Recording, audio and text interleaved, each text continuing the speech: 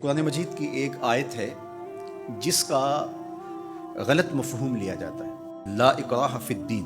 تو اس کا جو مفہوم لیا جاتا ہے عمومی طور پہ وہ یہ ہے کہ دین میں کوئی جبر نہیں ہے، اور جبر سے مراد مذہب بیزار طبقہ یہ لیتا ہے کہ کسی قسم کا کوئی قانون اور کوئی ضابطہ جو مذہب عائد کرتا ہے وہ نہیں ہے۔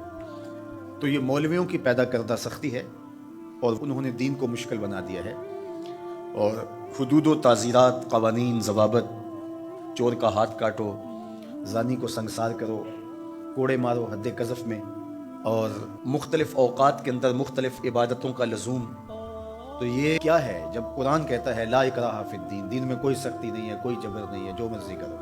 تو یہ اس کا مفہوم نکالا۔ اور ایک طبقہ ایسا ہے کہ جو دین کو اس طرح پیش کرتا ہے اور اس طرح سے دین کو لوگوں کے سامنے رکھتا ہے کہ جس طرح دین پر عمل کرنا کوئی آسان کام نہیں ہے، اور اس کو وہ مشکل اتنا بنا دیتا ہے کہ لوگ گھبرا جاتے ہیں کہ ہم تو پھر دین پہ نہیں چل پائیں گے، چند لوگ ہی دین پہ چل سکتے ہیں، جبکہ یہ دونوں چیزیں افراط و تفریط سے تعلق رکھتی ہیں۔ تو آیت کریمہ کا صحیح مفہوم یہ ہے، لا اکراہ فی الدین کا مطلب یہ ہے کہ دین قبول کروانے میں کسی پر سختی نہیں کی جائے گی کہ تو ضرور مسلمان ہو، یہ اس کا مفہوم ہے۔ اب کوئی دین قبول کر چکا ہے اور پھر احکام شریعہ اس کے اوپر نافذ ہوں گے تو یہ تو ہوں گے، تو اس پر یہ نہیں ہے کہ اب اس پر سختی نہیں کی جائے گی۔ جو اس جامعہ میں، اس درس گاہ میں داخل نہیں ہوتا، پڑھنا نہیں چاہتا، تو ہم اس کو دھکے سے گھر سے اٹھا کر کے یہاں داخلہ نہیں دے سکتے۔ جس کی مرضی ہو آئے اور جس کی مرضی ہو نہ آئے، لیکن جو شخص یہاں آ کے داخل ہو گیا، پھر یہاں جو ہم نے ضوابط اور قوانین بنائے ہیں ان کا وہ پابند ہوگا، اس لیے کہ وہ اپنی مرضی سے آیا ہے اور اس نے یہاں آ کر کے داخلہ لیا ہے۔ تو اب وہ کہے کہ میں نہیں مانتا، تو وہ باغی کہلائے گا۔ تو اسلام کے اندر کسی کو سختی سے داخل نہیں کیا جائے گا، ترغیب دی جائے گی۔ اور قرآن مجید کی اس آیت کریمہ کو اگر پورا پڑھیں تو سارا مفہوم واضح ہے۔ لا اکراہ فی الدین، دین لانے کے حوالے سے کوئی زبردستی نہیں ہے۔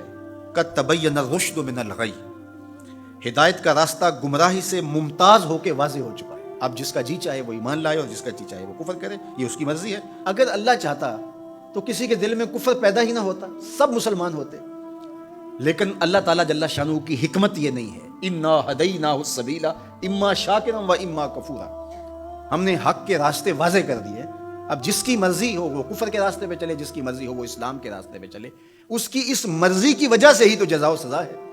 اگر اس کی مرضی سلب کر لی جائے اور وہ ایمان لانے پہ مجبور ہو تو پھر اس کا یہ کمال کون سا ہو؟ تو کمال تو یہی ہے کہ دونوں راستے ہیں اور دونوں راستے اسے دکھائی دے رہے ہیں، اور وہ اپنے اختیار سے خیر کا راستہ اختیار کرتا ہے تو جزا ملے گی، اور اپنے اختیار سے برائی کی راہ پہ چلتا ہے تو اس کو جو ہے وہ سزا ملے گی۔ لیکن اگر اس کا اختیار ہی نہیں ہے برائی کے راستے پہ چلنے کا تو پھر اس کو سزا کیوں دی جائے؟